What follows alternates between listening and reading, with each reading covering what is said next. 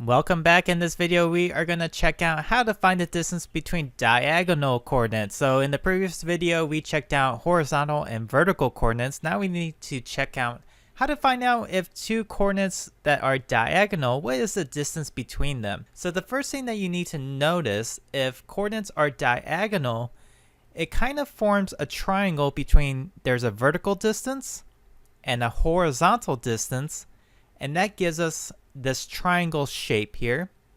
And then if you notice from your 8th grade math that if you have a triangle with a 90-degree angle, you can use something called the Pythagorean theorem. So which is a squared plus b squared equals c squared, right? So you can use these sides to find out what is the distance of side C, which is the distance between A and B. So in this particular case, our 3 is A and 5 is B. So we have 3 squared plus 5 squared equals C squared. So that is 9 plus 25 equals C squared. And then 9 plus 25, oh my gosh, what is the math of this? What is that, 34 equals C squared? So then you need to square root. In case you don't remember, you need to square root both sides to get rid of that square. So the side of C is the square root of 34. Let's check out one more example here. We have coordinates R and Q, and they are at -3, -3, and Q is at -1, 3.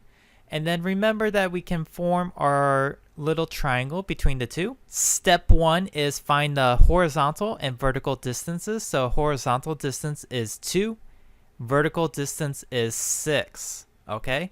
And then the next step is bust out the Pythagorean theorem. So we have our A is 2 and B is 6.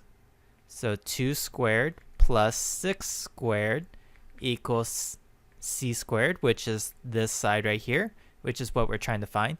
And then just bust out the math here. And then what is this? 40 equals C squared. Yep, you know what to do. Square root that. And then so the answer is the square root of 40 is this side.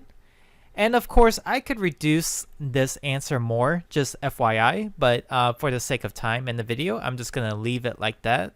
So that is the process. You're going to use the Pythagorean theorem, find the horizontal and vertical lengths, use the Pythagorean theorem, and then you'll be able to find the distance of this length between the 2 points.